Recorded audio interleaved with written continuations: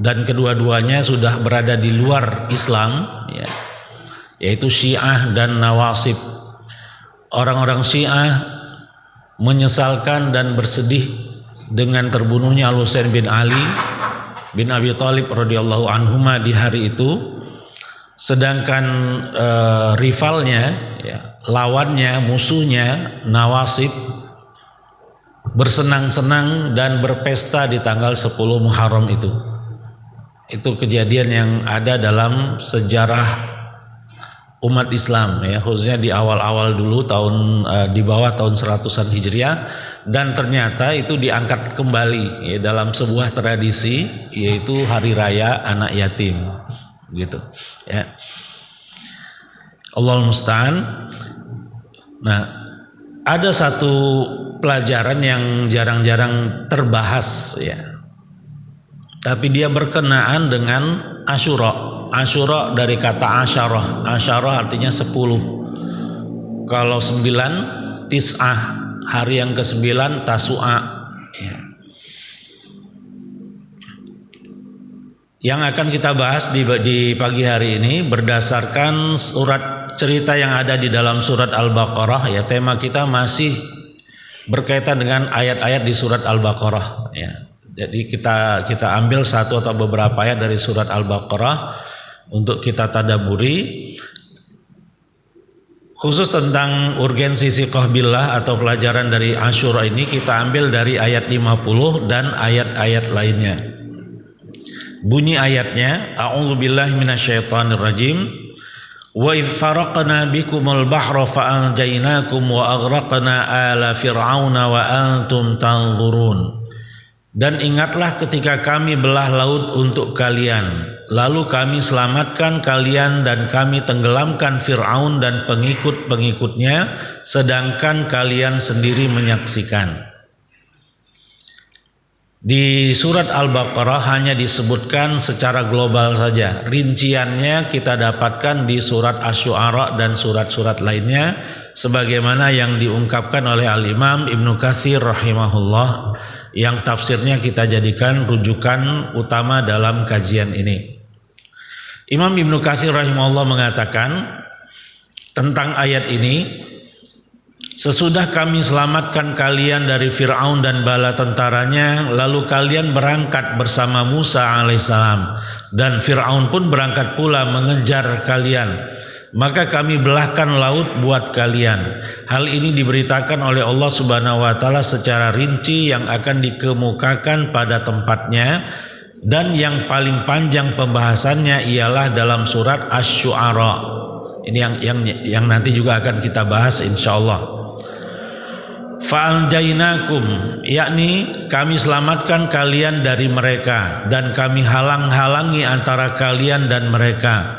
Lalu kami tenggelamkan mereka, sedangkan kalian sendiri menyaksikan hal tersebut, agar hati kalian lebih tenang dan lega, serta lebih meyakinkan dalam menghina musuh kalian. Ketika Nabi Musa alaihissalam sampai di tepi laut, maka berkatalah kepadanya salah seorang sahabatnya yang dikenal dengan nama Yusha' bin Nun. Jadi di sekitar Nabi Musa alaihissalam ada tokoh-tokoh lainnya. Kalau Rasulullah SAW memiliki Abu Bakar, Umar, Utsman, Ali, Abdurrahman bin Auf, Zubair bin Awam, dan sahabat-sahabat lainnya yang ada di sekitar beliau, Nabi Musa alaihissalam pun demikian. Ya, di samping Nabi Musa alaihissalam ada Nabi Harun alaihissalam. Ya. Kemudian tokoh lain disebutkan di sini Yusha' bin Nun. Sebagian ulama mengatakan dia ini juga nabi, Nabi Yusha' bin Nun. Nabi lain yang hidup di zaman Nabi Musa alaihissalam siapa lagi? Nabi yang hidup di zaman Nabi Musa. Nabi Musa masih hidup, tapi ada nabi lain, diantaranya Nabi Harun, adik dari Nabi Musa. Kemudian di sini Nabi Yusha' bin Nun menurut sebagian ulama. Kemudian Nabi siapa lagi?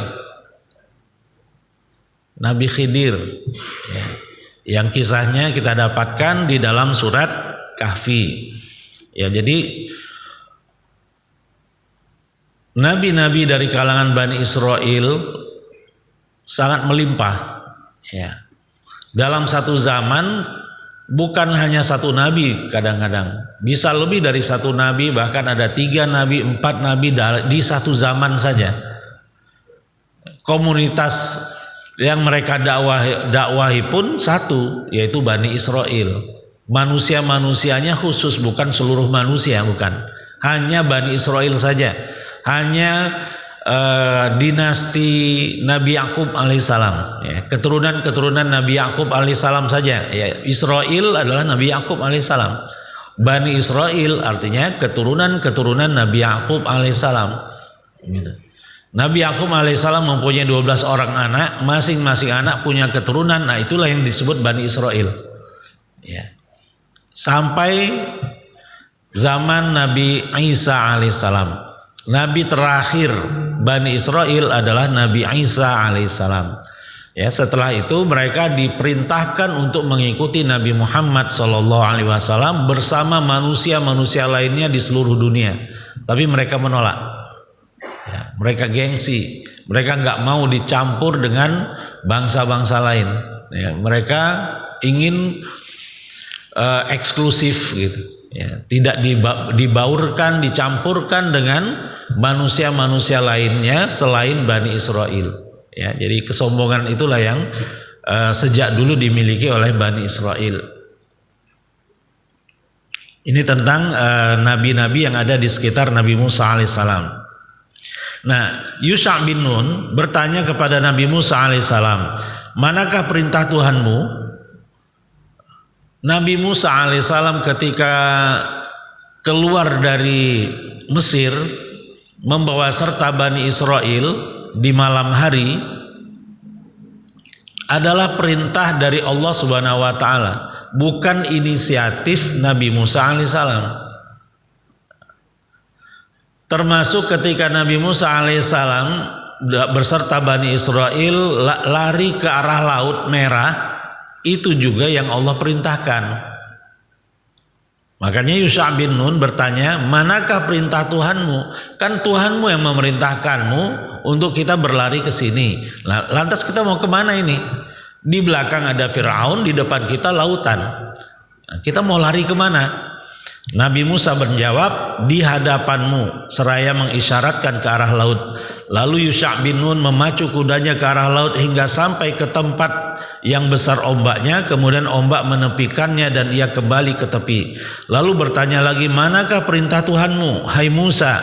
Demi Allah engkau tidaklah berdusta, tidak pula didustakan. Yusha bin Nun melakukan hal tersebut sebanyak 3 kali. Kemudian Allah Subhanahu wa taala menurunkan wahyunya kepada Musa dan memerintahkan kepadanya agar memukul laut dengan tongkatnya. Anidrib bi'asakal bahra. Musa alaihissalam memukulkan tongkatnya, ternyata laut terbelah, dan tersebutlah bahwa setiap belahan itu pemandangannya sama dengan bukit yang besar. Kemudian Nabi Musa alaihissalam berjalan bersama orang-orang yang mengikutinya.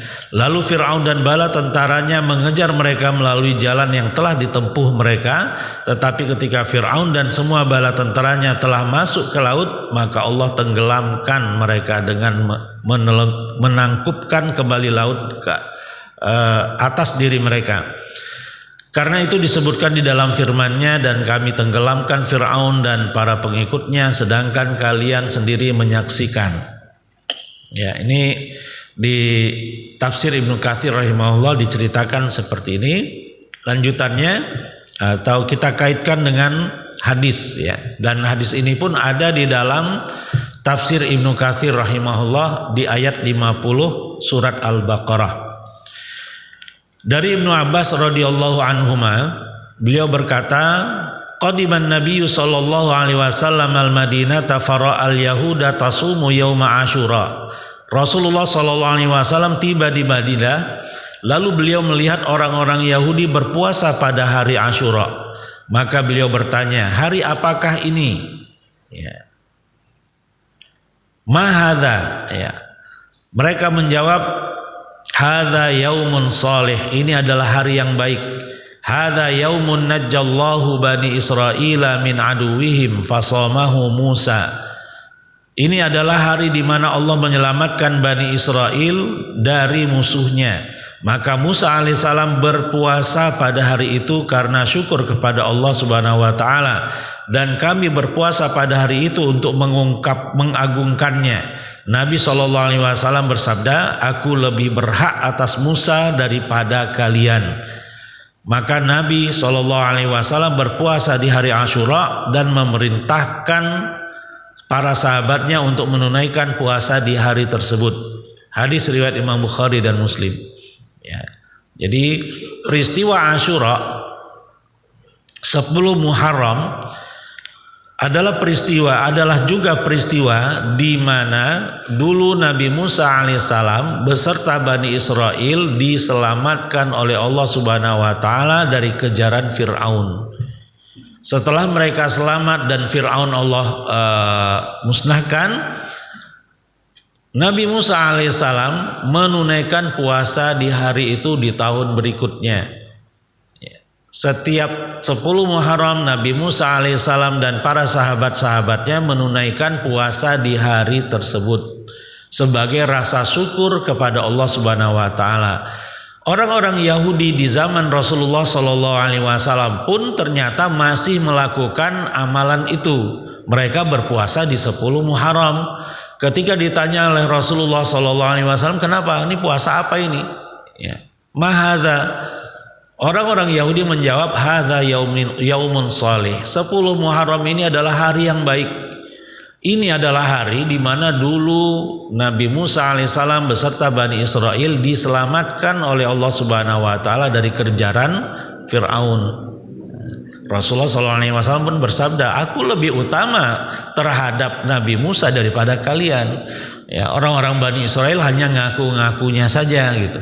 Ya, ajarannya tidak diikuti, orangnya saja yang diaku-aku sebagai nabi mereka.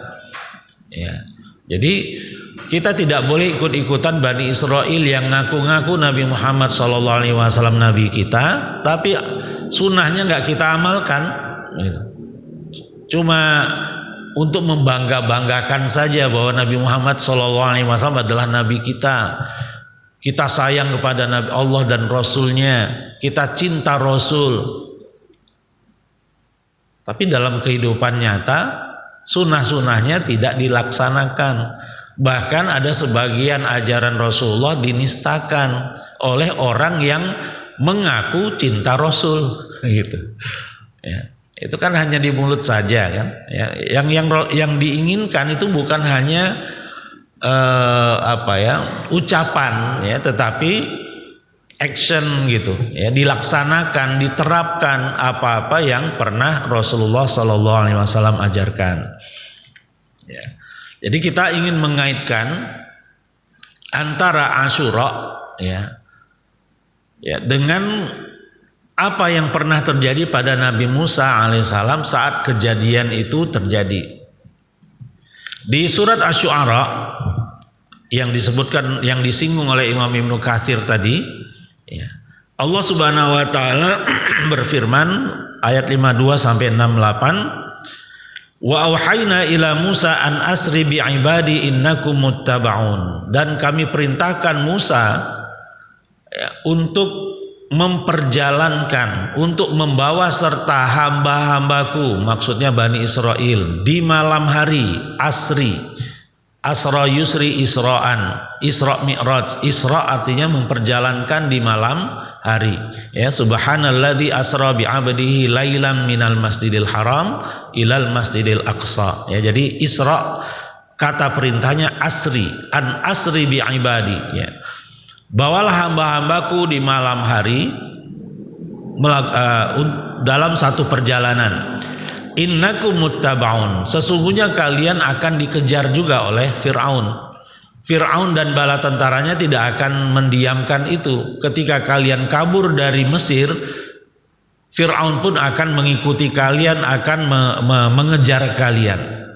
Fa'arsala Fir'aunu fil madaini hasyirin ya, maka ketika Fir'aun mengetahui Musa dan Bani Israel kabur dari Mesir, Fir'aun pun mengumpulkan bala tentaranya yang konon jumlahnya sampai 600.000 orang konon.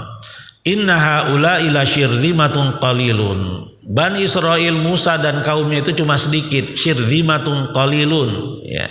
Ya layaknya Fir'aun, ya Fir'aun adalah orang yang takaburnya luar biasa. Jangankan kepada sesama manusia, kepada Allah pun dia berani takabur gitu. Ya.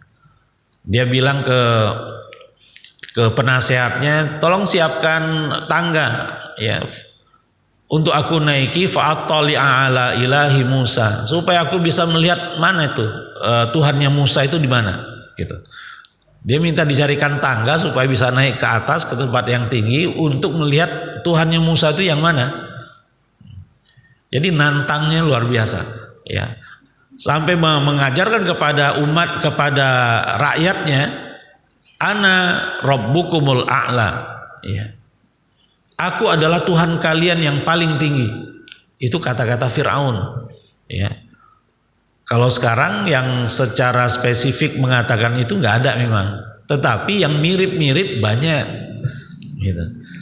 Yang dengan sikapnya seolah-olah dia berkuasa gitu ya. Seolah-olah ya, dia bisa menetapkan segalanya ya. Jadi yang bersifat sebagai Fir'aun banyak. Bedanya dengan Fir'aun apa? Fir'aun dengan kata-katanya juga jelas, ana rabbukumul a'la, dan tindakannya. Nah, kalau sekarang kata-katanya kayaknya enggak, tapi tindakannya mirip gitu. Itu Fir'aun zaman sekarang ya. Wa innahum lana laghaidun, dan sesungguhnya Bani Israel, Musa dan Bani Israel ini benar-benar membuat kita marah. Wa inna la jami'un hadirun, kita bersikap hati-hati terhadap mereka Bani Israel. Fa akhrajnahum min jannati wa uyun, maka kami keluarkanlah Fir'aun dan bala tentaranya dari Mesir, dari maksudnya jannat di sini ya taman-taman yang mereka miliki, mata-mata air yang mereka miliki, maksudnya kesenangan-kesenangan yang mereka miliki mereka tinggalkan, dan Fir'aun dan bala tentaranya Allah keluarkan dari Mesir ya, mengejar Bani Israel. Wa kunuzi wa maqamin karim ya, dan ya hak perbendaraan atau harta yang banyak sekali dan posisi yang tinggi yang mulia. Kadzalika wa awrathnaha Bani Israil, demikianlah dan kami wariskan hal tersebut kepada Bani Israel. Fa'atba'uhum musyriqin, dan Fir'aun dan bala tentaranya pun mengejar Bani Israel, Musa dan Bani Israel di saat matahari terbit. Falamma tara al-jam'an qala ashabu Musa inna lamudrakun, ketika dua kelompok ini sudah saling melihat, kelompok Fir'aun sudah melihat Bani Israel sudah ada di depan, Bani Israel sudah melihat Fir'aun dan bala tentaranya ada di belakang. Qala ashabu Musa, sahabat-sahabat Musa siapa? Nabi Musa, Nabi Harun ya, Yusha bin Nun, juga keluarga-keluarga Fir'aun ya yang sudah dapat hidayah. Nah, mereka berkata kepada Nabi Musa, inna lamudrakun ya, kita pasti ketangkep ini ya, karena sudah dekat. Kalau sudah terlihat ya itu berarti sudah sangat dekat. Inna lamudrakun. Tapi apa jawaban Nabi Musa? Qala kalla, sama sekali tidak ya. Jadi dengan PD-nya ya, Nabi Musa mengatakan kita nggak bakal tertangkap. Kalla, kenapa? Inna ma'iya rabbi sayahdin ya, karena aku bersama Tuhanku yang akan memberi petunjuk kepadaku ya tentang kemana kita akan lari dan apa yang kemudian Allah lakukan kepada Fir'aun dan bala tentaranya ya. Jadi di saat kenyataannya Fir'aun itu sudah dekat, sampai orang-orang yang dekat dengan Nabi Musa alaihissalam merasa yakin, wah ini udah bakal ketangkap deh gitu ya. Inna lamudrakun. Tapi Nabi Musa dengan tenang mengatakan kalah, enggak ya. Inna ma'iya rabbi sayahdin. Kenapa Nabi Musa alaihissalam sangat percaya diri untuk mengatakan tidak, karena yang memerintahkan Nabi Musa mengajak keluar Bani Israel dari Mesir adalah Allah. Keluarnya kemana? Ke tempat itu, ya. Nabi Musa alaihissalam berlari ke arah pantai itu, di tempat itu pun merupakan perintah Allah, bukan inisiatif Nabi Musa alaihissalam. Gitu. Makanya beliau dengan yakin mengatakan, Inna ma'iya Rabbi sayahdin. Ya.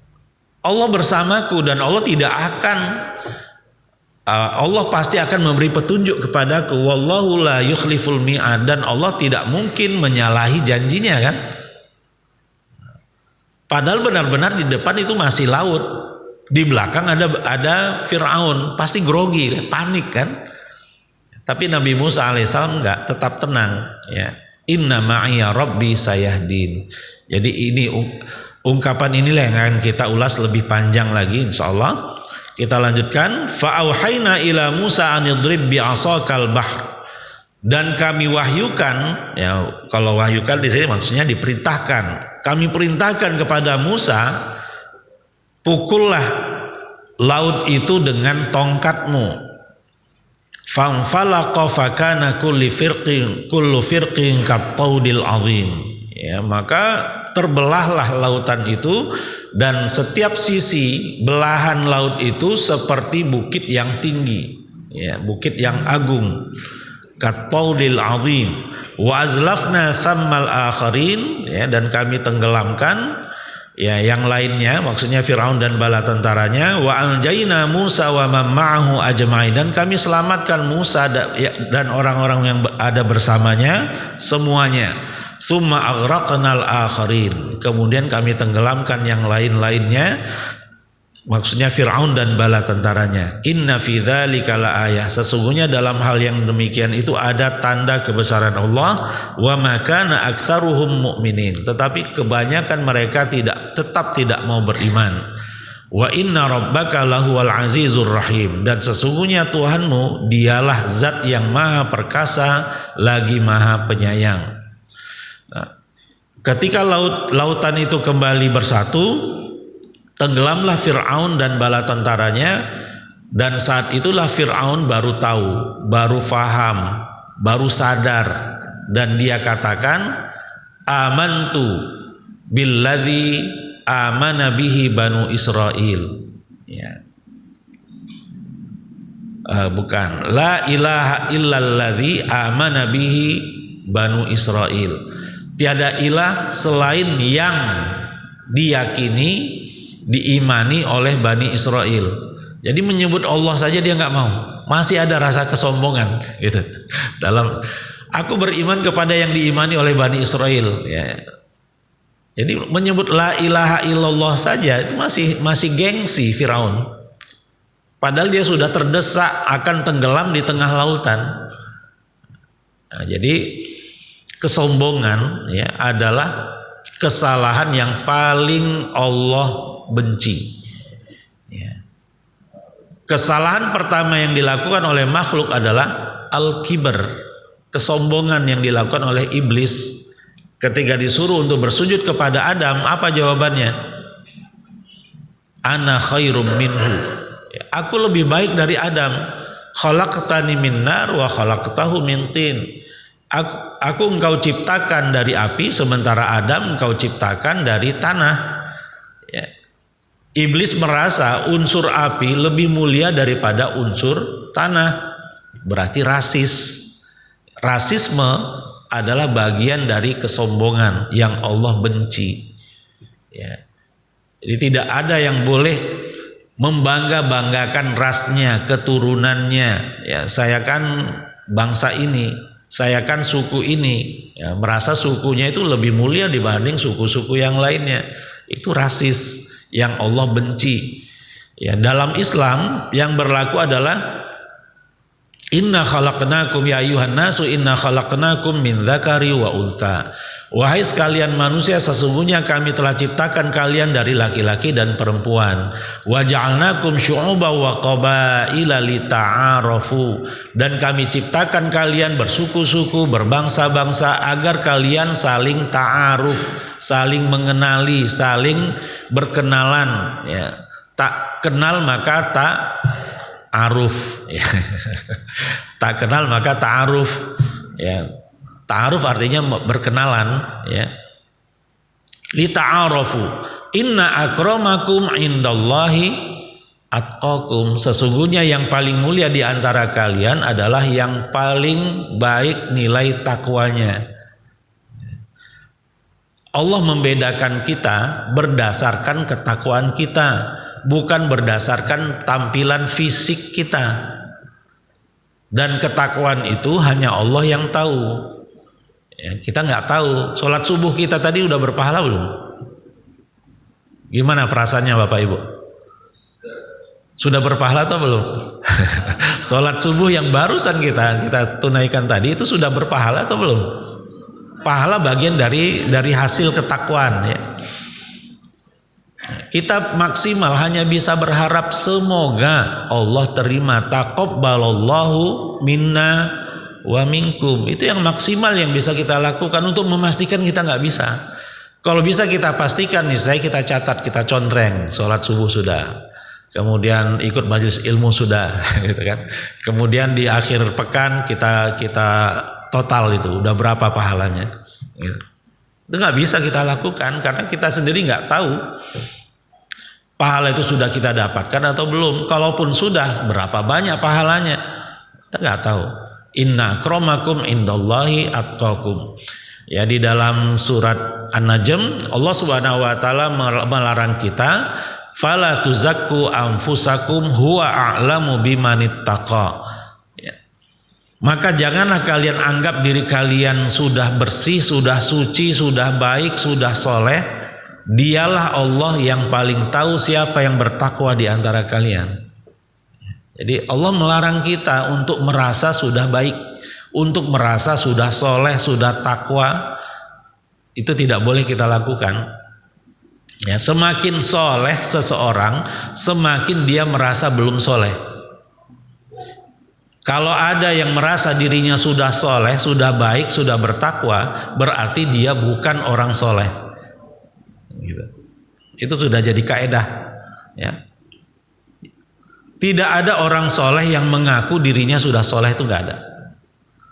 Semakin soleh seorang muslim, maka semakin merasa dia belum maksimal dalam beribadah kepada Allah. Itulah yang kita lihat dari perbuatan para sahabat Abu Bakar, Umar, Utsman, Ali radhiyallahu anhum. Seperti itu profilnya, padahal mereka dijamin masuk surga, tapi masih merasa kurang juga, gitu. Masih merasa belum maksimal dalam beribadah kepada Allah, padahal mereka dijamin masuk surga. Kalaulah kita yang dijamin masuk surga, kira-kira seperti apa profil kita? Kalau udah dijamin masuk surga, ya nggak mungkin hadir di tempat ini. Ya ngapain lagi? Karena udah tujuannya sudah akan tercapai, ya ngapain lagi? Nah, tapi alhamdulillah tidak ada yang dijamin, kan? Yang berlaku kepada kita semua, ya, untuk senantiasa beramal. Wa qul i'malu fasayarallahu amalakum wa rasuluhu wal mu'minun. Jadi fokusnya kepada 3 hal saja. I'malu artinya kerja. Ya. 3 hal, kerja gitu. Itulah yang Allah perintahkan kepada kita, fokus kepada amal. Ya, bukan kepada hasilnya. Ya, bukan kepada ketakwaan kita sudah tinggi, kesolehan kita sudah tinggi. Itu bukan, tidak seharusnya kita bahas, ya.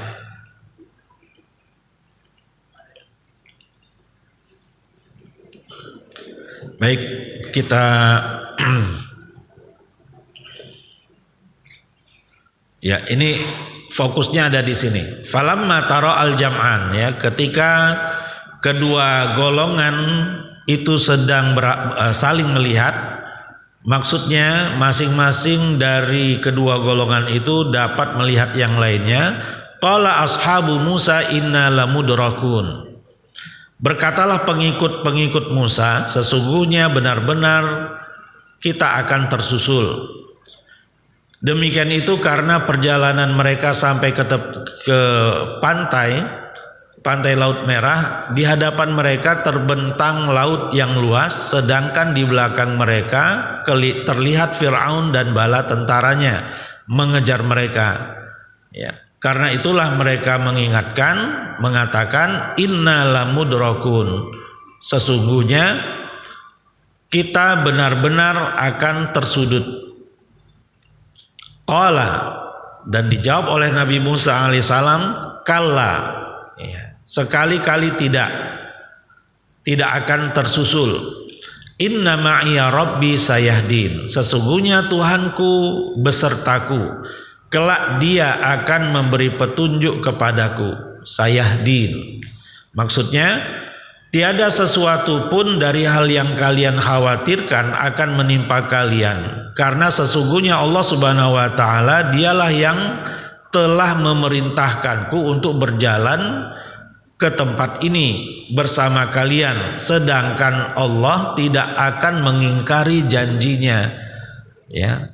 Jadi keyakinan itulah yang dimiliki oleh Nabi Musa alaihissalam. Allah yang memerintahkan aku untuk pergi ke sini, dan Allah nggak mungkin menyalahi janjinya.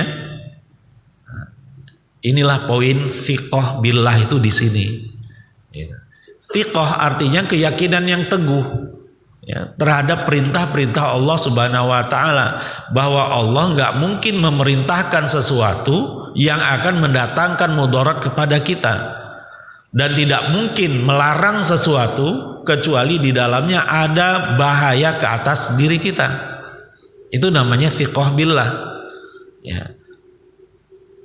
Tindakan Nabi Musa alaihissalam yang pergi ke arah pantai, ya, padahal benar-benar lautan, kalau dilalui tenggelam, mereka nggak punya kapal, tapi karena itu perintah Allah dilakoni terus, ya, dijalani oleh Nabi Musa. Nah, seharusnya kita pun demikian. Kalau kita dapatkan perintah-perintah Allah di dalam Al-Quran, kita laksanakan saja. Mengenai hasil, ya kita serahkan kepada Allah. Ya, kita berbuat semata-mata ingin melaksanakan apa yang Allah perintahkan. Mengenai hikmahnya seperti apa, ya kita serahkan kepada Allah, karena kita yakin kalau Allah yang memerintahkan pasti nggak sia-sia, pasti bermanfaat. Nah, itulah thiqah billah. Gitu. Nah, manusia sekarang banyak yang sok pintar. Ya, untuk apa saya sholat? Apa hikmahnya sholat? Dia nggak mau sholat sebelum dia tahu hikmah sholat itu apa. Gitu. Ya. Dia tidak mau berbuat baik sebelum dia tahu hikmahnya. Yang ngapain kita capek-capek puasa Asyura itu untuk apa? Ya. Jadi dia harus yakin dulu hikmahnya apa, baru dia mau amalkan. Ya. Menghadapi orang yang seperti itu, ya apa ya, terserah kamu lah. Gitu kan. Mau diamalkan silakan, mau enggak ya yang penting sudah saya ingatkan. Ya. Nanti tinggal dipertanggungjawabkan saja nanti di akhirat. Ya, jadi kadang-kadang kesel juga kalau ngadapin orang yang kurang imannya, itu kesel juga gitu. Tapi itulah cobaan namanya, ya. Itulah yang namanya cobaan keimanan, cobaan dalam berdakwah itu seperti itu. Seorang dai itu nggak boleh baperan gitu. Apa-apa dibawa perasaan. Oh, ini nggak mau, udah saya nggak boleh mutung gitu. Ya. Jadi harus terus, ya, melaksanakan apa yang sudah menjadi tugasnya. Jadi poinnya ada di sini, ya. Inna ma'iya rabbi sayahdin.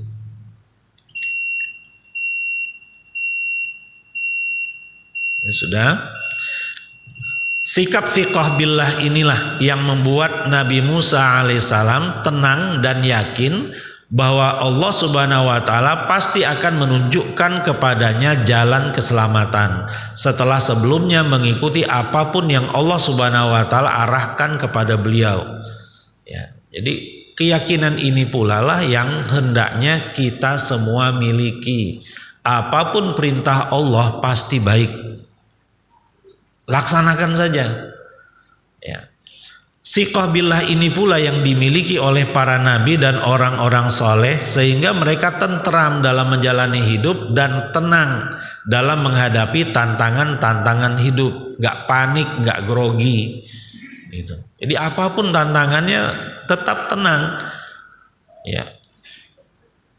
Apalagi dia tahu seluruh kejadian yang terjadi di dalam kehidupan ini tidak ada yang lepas dari ketetapan Allah.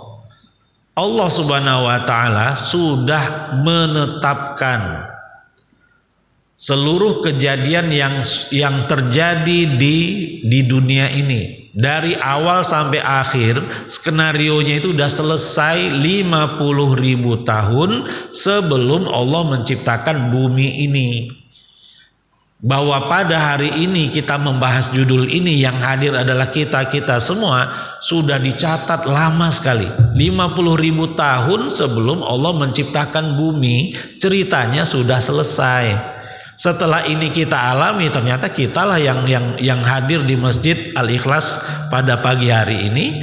Ya inilah yang dulu sudah lama Allah catat, bahwa di Masjid Al-Ikhlas Cipondoh ini ada si fulan. Itu sudah lama Allah catat. Setelah itu kita alami di hari ini, inilah yang kita sebut dengan takdir. Semoga ini merupakan takdir yang terbaik bagi kita semua. Amin. Ya. Jadi nggak ada yang luput dari apa yang Allah sudah skenariokan. Covid terjadi sejak tahun 2020 lalu sampai sekarang masih ada sisa-sisanya. Ini juga yang sudah lama Allah tetapkan untuk satu hikmah yang Allah inginkan. Kan kasihan yang meninggal lah. Kehidupan itu bukan dunia, kehidupan hakiki itu akhirat. Di dunia ini tempat kita diuji, dicoba oleh Allah Subhanahu wa taala. Ya, untuk mendapatkan tempat yang sesuai dengan peran kita di dunia nanti di akhirat. Kalau peran kita di dunia ini baik, sesuai atau mengarah kepada pelaksanaan terhadap perintah-perintah Allah, maka tempatnya pun baik di akhirat. Bagi yang ngeyel-ngeyel, ya tempatnya pun sesuai dengan sikap mereka di dunia. Jadi di dunia ini tempat kita diuji. Dunia ini darul bala, tempat ujian, bukan tempat untuk bersenang-senang. Ya. Bagi yang ingin bersenang-senang di dunia atau sudah tertipu ya dengan kesenangan dunia, dia bisa dikatakan sebagai orang yang gagal. Ya, sebagai orang yang gagal. Tapi kalau dia masih hidup, ya masih ada peluang bagi dia untuk memperbaiki diri. Gitu. Tapi kalau sudah meninggal, kita sudah tahu cerita utuhnya dari awal sampai akhir. Wah ini orang ini gagal ini. Gitu. Ya, sebagaimana Fir'aun ini adalah manusia yang gagal dalam menghadapi kehidupan dunia. Dia tertipu dengan kedudukannya sebagai penguasa di Mesir. Ya. Saya masih ingat ulasan ya dari masalah cerita tentang Fir'aun. Fir'aun ini berkuasanya lama sekali, ya bisa ratusan tahun. Umur orang-orang dulu kan panjang-panjang kan. Nah, Fir'aun ini berkuasanya ini terlalu lama. Kesimpulan para ulama, kalau ada yang berkuasa terlalu lama, dia cenderung untuk berbuat kezaliman. Kalau ada orang yang berkuasa terlalu lama, dia akan merasa dirinya seperti Tuhan jadinya, bahwa semuanya bisa diatur. Ada peluang itu bagi orang-orang yang ya terlalu lama berkuasa. Ya, jadi kalau di kita, kalau ada yang berkuasa, ya berkuasa ya menjadi penguasa lah ya, cukup 2 periode saja, gitu. Jangan lebih, nanti takutnya seperti Fir'aun nanti. Ya, kan sudah ada kan contoh sebelumnya. Ya presiden pertama diturunkan, presiden yang kedua diturunkan gara-gara apa? Kelamaan. Ya. Gitu ya. Jadi ibrah itu yang kita harus ambil ya. Ya, Kalau ingin lebih dari 2 periode jadi RT, ya saya RT 4 periode, gitu. Ya, baik kita lanjutkan. Sikap yang sama hendaklah pula dimiliki oleh setiap muslim dalam meniti kehidupan dunia. Masing-masing kita hendaknya mengambil ibrah dari peristiwa ini. Setiap peristiwa Asyura 10 Muharram seharusnya kita ingat ini tentang siqah billah. Nah, sekarang kita bahas tentang bagaimana caranya kita untuk memiliki siqah billah itu, caranya seperti apa. Siqah artinya inti dari ketawakalan dan penyandaran diri seseorang kepada Allah Subhanahu wa taala. Ya. Boleh dikatakan hasil dari tawakal itu thiqah, atau malah tawakal itu, sifat tawakal itu bisa kita miliki kalau kita benar-benar yakin kepada Allah, yang disebut dengan thiqah. Thiqah dari kata wathaqa yathiqu thiqatan. Ya, orangnya disebut wathiq, ya. Artinya kuatkan, ya, menguatkan. Thiqah itu secara harfiah artinya menguatkan atau kekuatan. Ya. Al-wathiq billah adalah orang yang kuat keyakinannya kepada Allah Subhanahu wa taala. Ya, jadi inti dari ketawakalan dan penyandaran diri seseorang kepada Allah Subhanahu wa taala, ya sebagaimana cerita Nabi Musa tadi, ya, inna ma'iya rabbi sayahdin. Ya. Orang yang tidak punya ilmu atau ilmunya masih kurang merasa, ya kesimpulannya hanya berdasarkan fakta-fakta yang ada. Faktanya Fir'aun sudah semakin dekat. Faktanya di depannya ada lautan, itu kan fakta. Kalau kesimpulannya apa? Inna lamudrakun, ya, kita pasti akan tertangkap ini. Tetapi Nabi Musa alaihissalam mempunyai keyakinan yang melebihi fakta yang ada, gitu. Ya, walaupun faktanya seperti itu, inna ma'iya rabbi sayahdin. Karena yang memerintahkanku untuk lari ke arah ini adalah Allah, dan Allah nggak mungkin menyalahi janjinya. Inna ma'iya rabbi sayahdin. Ya. Jadi itu juga yang hendaknya kita tiru, gitu. Ya, kalau Allah sudah memerintahkan kita berbuat baik, sholat, zakat, ya udah laksanakan saja. Ya. Masalah hikmahnya apa? Wallahu la yukhliful mi'ad. Ya, Allah tidak akan menyalahi janjinya bahwa akan memberikan kebaikan-kebaikan kepada kita, bisa di dunia dan yang paling pasti di akhirat, kalau kita mengikuti arahan-arahannya dan juga arahan-arahan Rasulnya. Tingkatan siqah billah ada 3. Yang pertama, meyakini bahwa apabila Allah Subhanahu wa taala telah menentukan hukum atau menetapkan suatu perkara, maka tidak ada ruang untuk membangkang terhadap ketentuannya itu dan lari dari hukumnya. Kalau Allah dan Rasulnya sudah menentukan ini begini, ya, kita nggak punya ruang lagi untuk mencari alternatif lain. Itu salah satu tingkatan dari siqah billah. Maka nali mu'minin wala mu'minatin idza qadallahu wa rasuluhu amran ayyakuna lahumul khiyaratu min amrihim. Tidak sepantasnya bagi seorang mukmin laki-laki dan perempuan, ya, kalau Allah sudah menentukan satu keputusan, kalau Allah dan Rasulnya sudah menentukan satu keputusan, tapi mereka masih punya pilihan lain, masih punya alternatif lain, itu nggak sepantasnya. Jadi kita saja, ya, ketika memerintahkan kepada anak kita melakukan A, tapi ternyata anak kita milih B, gitu.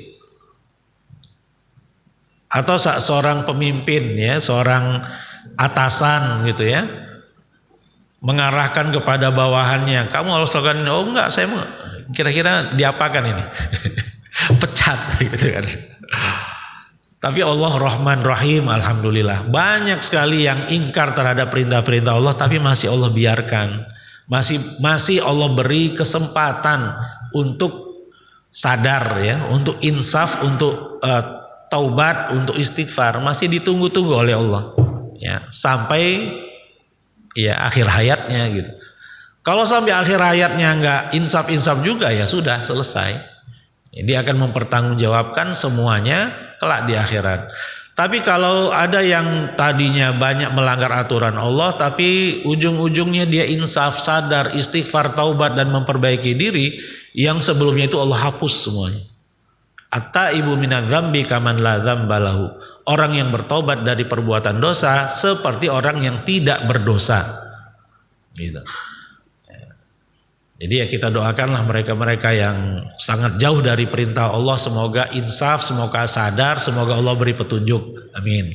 Ya, itulah yang diajarkan oleh para ulama kita. Kita jangan hanya menyalahkan kemungkaran yang dilakukan oleh orang lain, tetapi juga doakan, ujung-ujungnya didoakan orang itu, semoga Allah beri hidayah. Nah, di Arab ya, di Saudi itu ada satu tradisi ya. Satu tradisi sehari-hari ya, kalau ada orang yang melakukan kezaliman, ada orang yang menyerobot antrian gitu, apa ungkapan yang diucapkan oleh orang yang terzalimi? Ittaqillah gitu. Ittaqillah atau Allah yahdik ya. Allah yahdik artinya apa? Semoga Allah memberimu petunjuk, kan bagus. Tinggal kita jawab amin gitu kan. Ya, tapi kata-kata Allah yahdik ini kata-kata yang makjleb begitu. Dalam istilah kita, satu kata yang sebenarnya baik, tapi kalau itu diucapkan itu akan, yang mendengarnya akan tersinggung, seolah-olah dia belum mendapat petunjuk gitu. Seolah-olah dia sedang tersesat. Nah, itulah kata-kata yang umum dipakai di Mekah, di Madinah. Kalau ada yang melakukan kezaliman, Allah yahdik gitu. Nah, jadi kalau ada ungkapan Allah yahdik, ini kita paham Allah yahdik. Yahdik artinya memberi petunjuk. Amin, amin. Padahal dia sedang marah itu. Sedang marah dengan kesalahan kita. Kita yang harus introspeksi, ini salah apa kita? Nah, kalau dia mengucapkan Allah yahdik, itu berarti kita sedang melakukan kesalahan sama dia. Ya.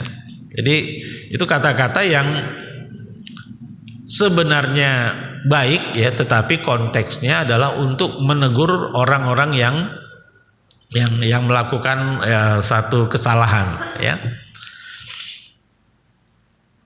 Yang kedua tingkatannya adalah meyakini bahwa tidak ada sesuatu pun yang hilang dari apa-apa yang ditentukan Allah Subhanahu wa taala atau apa-apa yang telah dituliskan oleh Allah Subhanahu wa taala di Lauhul Mahfuz, enggak ada yang hilang. Ya. Ketika kita berumur 4 bulan di rahim ibu kita masing-masing, ketetapan rezeki, ketetapan umur itu udah ditulis oleh malaikat. Umur kita berapa itu sudah dicatat oleh malaikat berdasarkan perintah dari Allah. Ya. Tapi ya sayangnya nggak ada bocorannya gitu. Ya, kita yang dicatat malaikat itu berapa ya kita nggak tahu, dan tidak ada seorang pun yang tahu.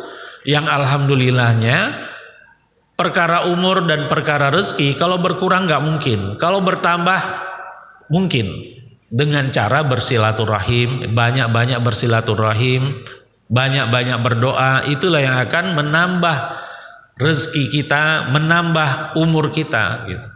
Ya. Tapi bertambah dari berapa ke berapa itu kita nggak tahu, karena asalnya modalnya saja nggak tahu, apalagi penambahannya. Gitu. Ya, makanya kita fokus beramal saja lah. Ya, kita fokus saja beramal dan yakin rezeki kita pasti 100%. Kita nggak akan mati, tidak akan diwafatkan oleh Allah Subhanahu wa taala sebelum umur kita, rezeki kita sudah 100%. Kalau sudah 100% udah selesai. Gitu. Artinya rezeki kita udah selesai, sudah 100%, udah mau nunggu apa lagi gitu. Cuma kapan 100%-nya kita nggak tahu. Ya. Kalau lah ada ukuran seperti di handphone gitu ya, ini baterainya tinggal berapa persen gitu ya. Itu kita bisa mendeteksi. Sayangnya yang seperti itu nggak ada. gitu. Ya, semuanya hanya diketahui oleh Allah di Lauhul Mahfuz. Lah kalau seperti itu adanya, kita insya Allah akan menjadi orang yang qanaah. Ya, qanaah itu artinya puas dengan apapun yang Allah berikan kepada kita. Yang sedang kita rasakan, dapatkan, itulah yang terbaik yang Allah berikan kepada kita. Gitu. Ya, kalau kita yakin poin yang kedua ini, yang merupakan bagian dari thiqah billah. Dan yang ketiga, meyakini dengan sepenuh hati bahwa Allah Subhanahu wa taala sajalah yang telah menentukan dan menuliskan segalanya yang ada di alam ini, sehingga menjadikan dirinya tidaklah menuntut sesuatu di luar ketentuan dan ketetapan Allah Subhanahu wa taala. Ya, tidak iri, tidak dengki gitu. Ya. Mengenai orang mendapatkan lebih dari kita, yaitu ya alhamdulillah, ya semoga barokah gitu. Adapun yang sedang kita rasakan, alhamdulillah kita syukuri terus. Ya, bahwa inilah yang terbaik yang Allah sudah tetapkan ke atas diri kita sekarang ini. Jadi keyakinan inilah yang dimaksud dengan thiqah billah itu. Yakin sepenuhnya bahwa apapun yang Allah telah tetapkan, perintahkan, yang Allah larang, itu adalah demi kebaikan diri kita semua.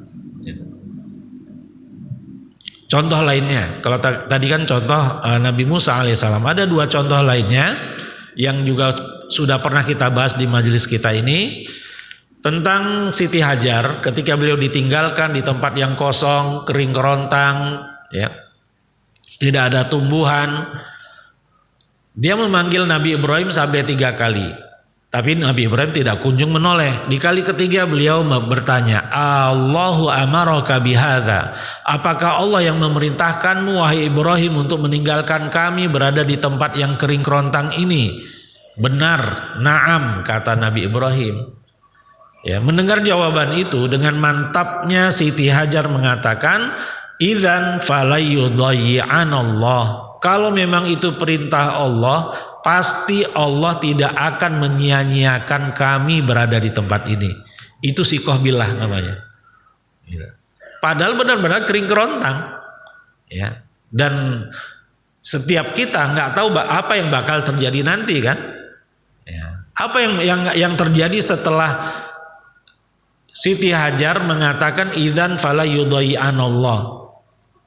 Apakah beliau langsung mendapatkan apa-apa yang beliau butuhkan secara langsung, instan? Ternyata enggak. Ya, ketika bayinya Nabi Ismail meronta-ronta menangis karena kehabisan air enggak langsung datang. Ya, padahal Siti Hajar kan wanita yang solehah kan, yang mantap, idzan fala yudayyi'anallah, kalau memang ini perintah Allah, Allah pasti tidak akan menyia-nyiakan kami. Ketika beliau membutuhkan sesuatu, bantuan itu tidak langsung turun. Beliau harus berlari-lari dulu dari sofa sampai ke Marwah sampai 7 kali baru dapat airnya. Amalan itu yang disebut dengan sa'yun artinya usaha. Ya, Allah Subhanahu wa taala mendidik kita untuk berusaha mendapatkan apa-apa yang kita butuhkan. Kalaulah Allah mau, Allah bisa mendatangkan air itu langsung, sejenak dibutuhkan, langsung di Zam-Zam itu muncul gitu, ya. Tapi air Zam-Zam itu baru muncul setelah 7 kali mondar-mandir sofa Marwah. Berakhir di Marwah, barulah air itu muncul. Ketika Siti Hajar benar-benar merasakan tidak ada lagi yang bisa diandalkan kecuali hanya bantuan dan pertolongan Allah Subhanahu wa taala saja. Nah, pada saat itu baru muncul air, ya, dari arah kaki Nabi Ismail alaihissalam, ya, yang ketika keluar dari dalam tanah dibendung oleh Siti Hajar supaya tidak mengalir kemana-mana. Zam, maka air itu pun disebut air Zam-Zam, ya. Jadi belum tentu dengan keimanan kita, ketawakalan kita kepada Allah langsung kita mendapatkan apa-apa yang kita butuhkan dalam hidup ini. Enggak. Enggak seperti itu ceritanya, harus berusaha dulu. Nabi Musa alaihissalam ketika terdesak di tepi pantai, Apa yang Allah lakukan? Allah perintahkan Nabi Musa, anidrib bi'asokal bahra. Pukulkanlah tongkatmu ke lautan. Ya, Nabi Musa pun belum tahu untuk apa. Ya, tapi karena beliau adalah orang sosok yang beriman, ya beliau lakukan saja. Karena itu perintah Allah kan. Ya, Nabi Musa nggak bertanya untuk apa ya Allah saya memukulkan tongkat saya, enggak kan? Ketika diperintahkan langsung dilaksanakan. Ketika dilaksanakan tiba-tiba terbelah. Nah, jadi Allah ingin mendidik Nabi Musa dan kita semua untuk berusaha sekecil apapun usaha yang kita lakukan itu.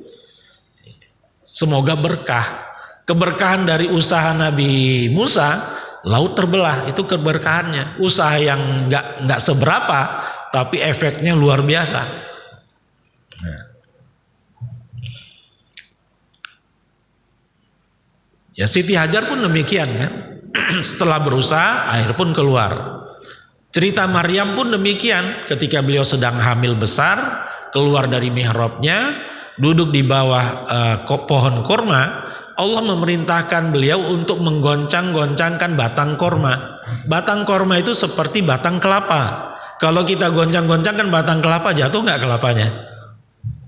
Ya, sampai berlumut kayaknya nggak akan jatuh itu kelapa. Bergoyang pun nggak bergeming. Tapi karena itu perintah Allah, dilaksanakan saja sama Fir'aun. Sama Maryam. Ya, dilaksanakan sama Maryam. Wahuzi ilaiki bijid'in nakhlah, maka digoyang-goyanglah batang korma itu, baru digoyang sedikit, berjatuhan rutoban janiyah, tusaqit alaiki rutoban janiyah. Ya, jadi korma-korma korma basah itu pun berjatuhan dari atas pohon korma. Ya, gitu. Jadi yang Allah inginkan adalah berusaha, usahakan saja. Masalah hasil Allah yang akan menentukan. Berhasil atau tidak Allah yang menentukan. Kalau berhasil alhamdulillah, kalaupun tidak cari hikmahnya gitu. Ya. Nah, kisah Nabi Ismail alaihissalam pun demikian. Ya, ketika dikunjungi oleh Nabi Ibrahim di kunjungan yang kesekian kalinya, Nabi Ibrahim menceritakan tentang mimpinya bahwa dia menyembelih putranya Ismail. Apa jawaban Nabi Ismail? Ya abatif alma tu'mar, laksanakan apa yang diperintahkan kepadamu wahai ayahanda. Satajiduni insyaallahu minas sabirin, insyaallah engkau akan dapati diriku termasuk orang-orang yang bersabar. Artinya kalau memang itu perintah Allah, laksanakan. Padahal perintahnya ekstrim banget ini, menyembelih putranya sendiri sebagai ujian ya kepada keduanya, kepada Nabi Ibrahim sekaligus kepada Ismail. Ya, Nabi Ibrahim pun akhirnya melaksanakan apa yang Allah perintahkan, sementara Ismail ya memasrahkan dirinya kepada Allah, bertawakal kepada Allah Subhanahu wa taala. Kalau itu perintah Allah ya laksanakan. Nah, inilah yang disebut dengan siqah billah, itu seperti ini. Kalau itu perintah Allah pasti mendatangkan manfaat. Ya. Kesimpulannya, Asyura 10 Muharram menyimpan cerita yang penuh ibrah bagi setiap muslim. Di balik puasa Asyura tersimpan cerita diselamatkannya Nabi Musa alaihissalam dan Bani Israel dari kejaran Fir'aun dan bala tentaranya. Orang-orang Yahudi di zaman Rasulullah SAW biasa menunaikan puasa 10 Muharram untuk memperingati selamatnya Nabi Musa alaihissalam dan para pengikutnya dari kejaran Fir'aun. Kisah terdesaknya Nabi Musa dan Bani Israel di tepi pantai sementara Fir'aun dan bala tentaranya sudah semakin mendekat, memberi pelajaran bahwa seringkali pertolongan Allah Subhanahu wa taala itu baru datang saat hamba-hambanya sudah merasa tidak ada lagi yang bisa diharapkan kecuali hanya pertolongannya. Saat sudah terdesak, saat sudah mentok istilahnya, baru pertolongan datang. Jadi jangan sampai ketika kita terdesak udah kita pun menyerah, akhirnya pergi ke dukun gitu. Jangan, itu ujian dari Allah. Allah sedang menguji kita seberapa tangguh keimanan kita. Ya, jadi apapun tantangan yang kita lakoni sampai mentok, semoga setelah itu akan turun pertolongan dari Allah Subhanahu wa taala. Kewajiban hamba hanyalah memenuhi arahan-arahan Allah Subhanahu wa taala mengenai tantangan kehidupan yang ia hadapi. Mengenai tantangan kehidupan yang ia hadapi, Allah punya cara sendiri untuk menyelesaikannya. Ya, jadi kita serahkan saja kepada Allah. Fokus kita melaksanakan arahan-arahan Allah saja. Ya. Mengenai hasil nggak usah terlalu kita pikirkan. Ya. Jangan sampai kita terlalu terpengaruh dengan apa yang ingin kita capai sampai kita melupakan kualitas proses yang kita lalui. Yang Allah inginkan adalah kita menjalani proses, bukan berhasil. Karena kalau hasil berarti sesuatu yang terjadi di masa yang akan datang kan. Nah itu urusan Allah, bukan urusan kita. Urusan kita ini yang sekarang, ya, yang sekarang yang kita hadapi itu urusan kita. Porsi kita yang ada sekarang. Mengenai nanti itu urusan Allah. Ya, kalau kita dalam menjalani proses ini, ya, mengikuti arahan-arahan Allah dan Rasulnya, bagaimanapun hasilnya di akhirat pasti positif. Di dunia bisa positif, bisa negatif, gitu. Artinya bisa berhasil, bisa gagal di dunia. Tapi kalau prosesnya benar, di akhirat kita positif nilainya. Gitu. Kalau berhasil, alhamdulillah. Kalau gagal, innalillah. Sabar. Ya, dan kesabaran itu adalah sikap yang paling maksimal, kata Rasulullah. Ya, ketika kita menghadapi musibah dan cobaan. Ya, wallahu alam bishawab. Ini saja yang bisa saya sampaikan. Mohon maaf atas segala kekurangan. In ahsantu faminallah wa in asa'tu faminni wa minasyaitan. Kalau ada yang bertanya saya persilahkan sebelum kita tutup. Assalamualaikum warahmatullahi wabarakatuh.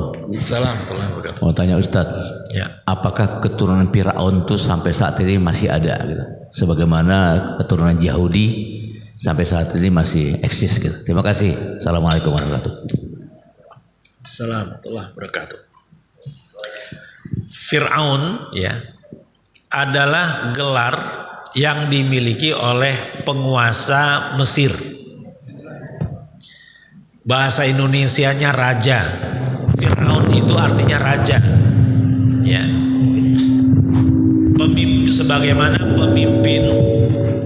tokoh pemimpin yang ada di Habasyah disebut Najasyi. Tokoh pemimpin yang ada di Romawi disebut Kaisar. Tokoh pemimpin yang ada di Persia disebut Kisra. Ya, jadi Fir'aun itu raja artinya sebenarnya gitu. Dulu Nabi Yusuf alaihissalam, ya, bisa menjadi pejabat Mesir karena Fir'aunnya adalah Fir'aun yang relatif adil, mau mendengarkan kata-kata dari rakyatnya. Tapi Fir'aun di zaman Nabi Musa adalah Fir'aun yang sangat zalim karena terlalu panjang masa jabatannya gitu. Dia sampai merasa dirinya adalah segalanya. Semua yang menentukan nasib rakyatnya adalah dia. Ya, sampai berani mengatakan ana rabbukumul a'la. Nah, ini tentang Fir'aun. Jadi apakah keturunan Fir'aun masih ada sampai sekarang? Ya masih. Ya. Masyarakat asli, penduduk asli Mesir adalah suku Koptis, ya, Koptik atau Kopta. Ya. Kata Egypt, ya, Egypt itu dari Kopta, ya. Yang makanya kita jangan menyebut Mesir itu Egypt. Mesir itu ya Mesir. Al-Quran menyebut daerah itu sebagai Misra, ya, Mesir, gitu. Jadi kita jangan latah untuk menyebut Mesir, mengganti nama Mesir menjadi Egypt, sebagaimana yang dilakukan oleh orang-orang Barat, gitu. Kalau Egypt dinisbahkan ke Kopta. Kopta adalah penduduk asli Mesir yang beragama Nasrani. Ya. Nah, keturunan-keturunannya apakah masih ada sampai sekarang? Ya wallah alam, kayaknya sih masih. Ya, tetapi kalau Fir'aunnya sendiri kan nggak ada kekuasaannya. Tetapi yang mirip-mirip Fir'aun itu ada. Yang bersifat mirip seperti Fir'aun itu ada di Mesir sekarang. Ya. Ya artinya dia menganggap dirinya yang paling berkuasa, yang lainnya salah. Ya, nah, itu sikap Fir'aun itu. Ya, bisa jadi nama Fir'aun gak ada, ya, keturunan asli dari Fir'aun gak ada, tetapi sifat-sifat Fir'aun itu dimiliki oleh sebagian manusia. Gak harus dari Mesir, di Indonesia pun ada. Ya, kenapa di dalam Al-Quran kita selalu sering mendapatkan cerita Fir'aun dengan Nabi Musa, padahal Al-Quran akan abadi sampai akhir zaman. Ya, seluruh generasi nanti sampai hari kiamat akan mendapatkan ayat-ayat tentang Fir'aun, ayat-ayat tentang Nabi Musa. Kenapa? Karena Al-Quran adalah hudal linnas, petunjuk bagi seluruh manusia. Khususnya bagi kita hudal lil muttaqin, petunjuk bagi orang-orang yang bertakwa, bahwa di dunia ini akan ada manusia-manusia yang bersifat sebagai Musa dan bersifat sebagai Fir'aun, gitu. Kalau kita dapatkan modus-modus seperti Fir'aun, maka kita harus bersikap seperti Nabi Musa. Gitu. Ya, karena Al-Quran adalah pengajaran bagi kita. Yang kita ambil adalah pelajaran yang modus-modusnya, bukan orangnya. Orangnya sudah nggak ada. Ya, Nabi Musa udah nggak ada, nabi-nabi semua nggak ada, Fir'aun pun udah nggak ada. Gitu, ya. Jadi yang kita ambil adalah modus-modusnya, gitu. Apa perangai mereka? Kalau perangai para nabi itu kita tiru, ya. Perangai orang-orang yang lalai, orang-orang yang ingkar itu kita jauhi. Dan keburukan akhlak mereka secara rinci, ya, misalnya sikap sombong, sikap angkuh, sikap itulah yang harus kita jauhi. Ya, sementara sikap tawadu, ya, satajiduni insyaallah minas sabirin, itu kan tawadu artinya. Ya, Nabi Ismail tuh sosok yang tawadu. Nah, itu yang kita tiru sekarang ini.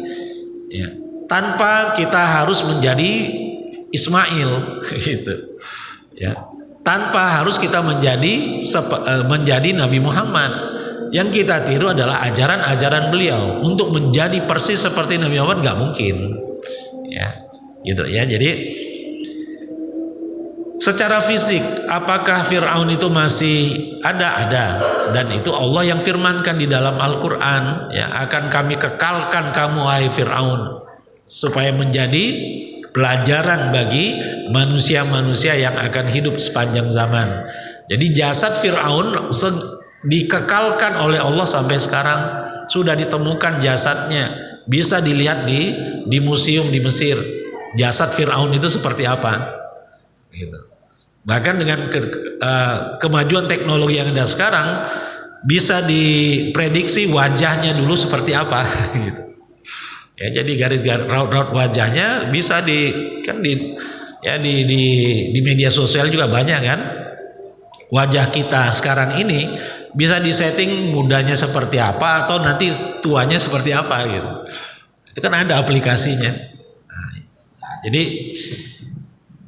Allah Subhanahu wa taala telah menetapkan di dalam Al-Quran bahwa jasad Fir'aun yang asli, yang tenggelam di Laut Merah itu akan dikekalkan sampai hari kiamat, ya. Dan itu bisa kita lihat sebagai bukti bahwa cerita yang kita sebutkan tadi melalui surat Syu'ara dan juga surat Al-Baqarah itu benar adanya, ya. Bahkan kereta-kereta kuda yang mereka ikut bawa untuk mengejar Nabi Musa dan Bani Israel masih terus ditemukan sampai sekarang di daerah itu, ya. Catatannya, Laut Merah yang dilalui oleh Nabi Musa itu bukan Laut Merah yang lebar, tapi Laut Merah yang paling atas yang ada segitiga, yang gurun Sinai itu, ya, yang ada segitiga.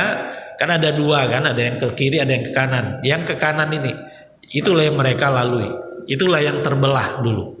Nah, di daerah situlah sampai sekarang masih ditemukan sisa-sisa peninggalan Fir'aun dan bala tentaranya. Kereta-kereta kudanya ditemukan di situ. Gitu. Jadi ya Allahu Akbar, ya. Jadi itu untuk meyakinkan kita, untuk menambah keimanan kita bahwa apa yang diceritakan di dalam Al-Quran itu nyata adanya. Bagaimana nasib Fir'aun sekarang ini? Fir'aun sekarang ini sedang diazab. Sejak dia mati di tengah-tengah Laut Merah, dia mendapatkan azab kubur, azab di alam barzakhnya.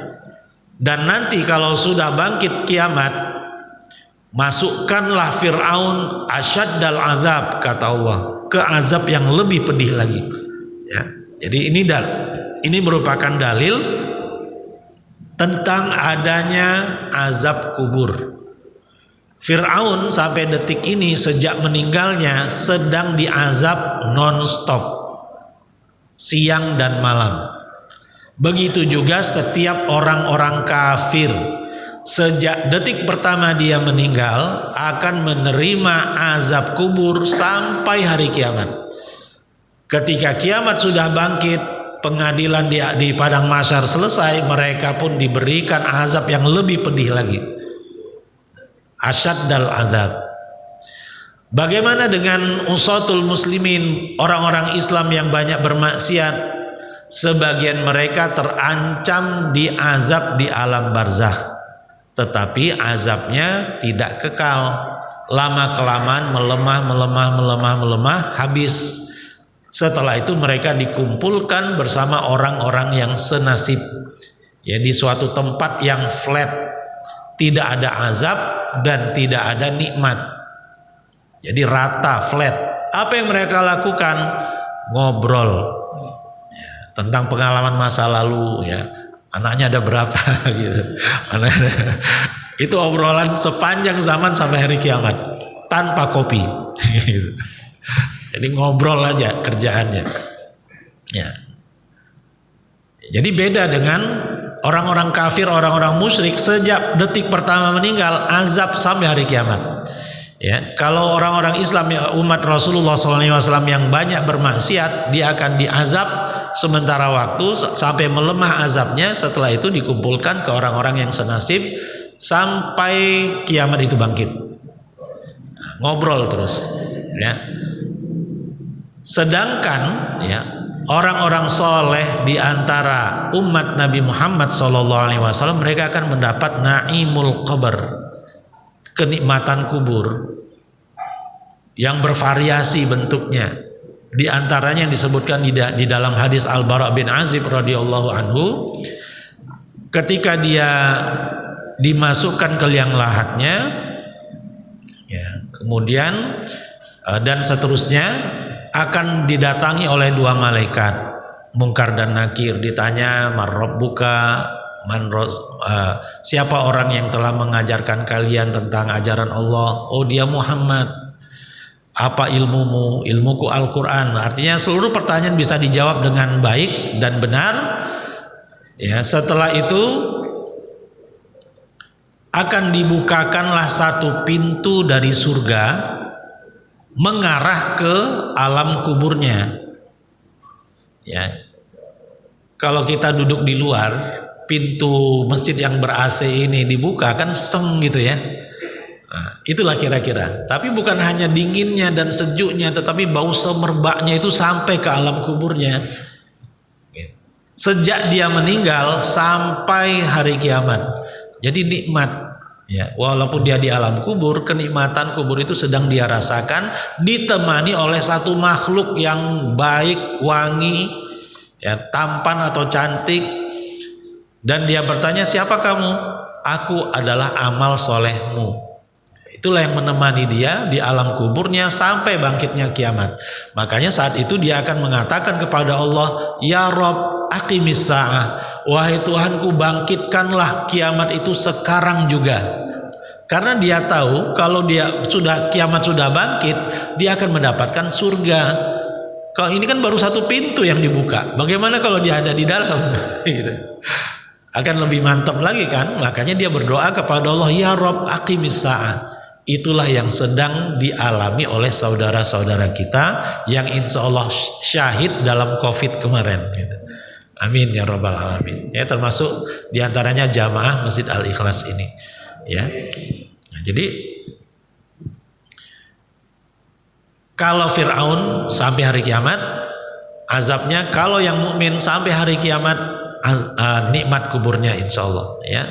Jadi seperti kalau Bani Israel seperti apa? Bani Israel pun masih ada keturunannya, tapi nggak terlalu penting untuk kita bahas. Ya, yang penting kita lakoni adalah melaksanakan perintah Allah dan meninggalkan larangannya. Orang-orang yang ada di hadapan kita kalau Muslim kita anggap saudara. Kalau dia bukan Muslim ya kita anggap sebagai saudara senegara ya, atau kita anggap kita hadapi dia sebagai manusia yang harus kita manusiakan gitu. Jadi proporsional saja ya, jangan malah terbalik ya, yang non muslim diagung-agungkan, yang muslimnya direndahkan gitu ya. Allahul musta'an ya, itu saja, wallahu a'lam bishawab.